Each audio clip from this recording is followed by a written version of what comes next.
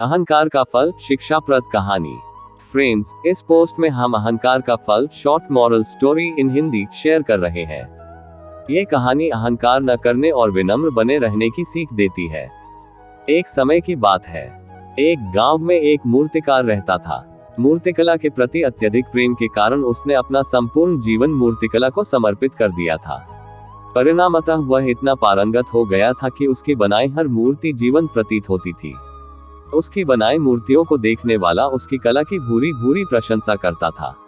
उसकी कला के चर्चे उसके गांव में ही नहीं, बल्कि दूर दूर के नगर और गांव में होने लगे थे। ऐसी स्थिति में जैसा सामान्यतः होता है, वैसा ही मूर्तिकार के साथ भी हुआ। उसके भीतर अहंकार की भावना जागृत हो गई। वह स्वयं को सर्वश्रेष्ठ मूर्तिकार मानने लगा। उम्र बढ़ने के साथ जब उसका अंत समय निकट आने लगा, तो वह मृत्यु से बचने की युक्ति सोचने लगा। वह किसी भी तरह स्वयं को यमदूत की दृष्टि से बचाना चाहता था, ताकि वह उसके प्राण न हर सके। अंततः उससे एक युक्ति सूझ ही गई। उसने अपनी बेमिसाल मूर्तिकला का प्रदर्शन करते हुए 10 मूर्तियों का निर्माण किया। वे सभी मूर्तियां दिखने में हूबहू उसके समान थी। निर्मित होने के पश्चात सभी मूर्तियां इतनी जीवंत प्रतीत होने लगी कि मूर्तियों और मूर्तिकार में कोई अंतर ही ना रहा। मूर्तिकार उन मूर्तियों के मध्य जाकर बैठ गया।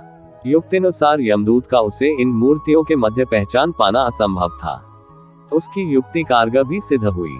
जब यमदूत उसके प्राण हरने आया, तो 11 एक सरी की मूर्तियों को देख चकित रह गया। वह उन मूर्तियों में अंतर कर पाने में असमर्थ था, किंतु उसे ज्ञात था कि इन्हीं मूर्तियों के मध्य मूर्तिकार छुपा बैठा है। मूर्तिकार के प्राण हरने के लिए उसकी पहचान आवश्यक थी। उसके प्राण न हर पाने का अर्थ था प्रकृति के नियम के विरुद्ध जाना। प्रकृति के नियम के अनुसार मूर्तिकार का अंत समय आ चुका था। मूर्तिकार की पहचान करने यमदूत हर मूर्ति को तोड़कर देख सकता था, किंतु वह कला का अपमान नहीं करना चाहता था। इसलिए इस समस्या का उसने एक अलग ही तोड़ निकाला। उसे मूर्तिकार के अहंकार का बोध था, अतः उसके अहंकार पर चोट करते हुए वह बोला, वास्तव में सब मूर्तियां कलात्मकता और सौंदर्य का अद्भुत संगम है। किंतु मूर्तिकार एक त्रुटि कर बैठा। यदि वो मेरे सम्मुख होता, तो मैं उसे उस त्रुटि से अवगत करा पाता। अपनी मूर्ति में त्रुटि की बात सुन अहंकारी मूर्तिकार का अहंकार जाग गया। उससे रहा नहीं गया और झट से अपने स्थान से उठ बैठा और यमदूत से बोला, त्रुटि? असंभव। मेरी बनाई मूर्तियां सर्वदा त्रुटिहीन होती है। यमदूत की युक्ति काम कर चुकी थी। उसने मूर्तिकार को पकड़ लिया और बोला, बेजान मूर्तियां बोला नहीं करती और तुम बोल पड़े। यही तुम्हारी त्रुटि है कि अपने अहंकार पर तुम्हारा कोई बस नहीं। यमदूत मूर्तिकार के प्राण हर यमलोक वापस चला गया।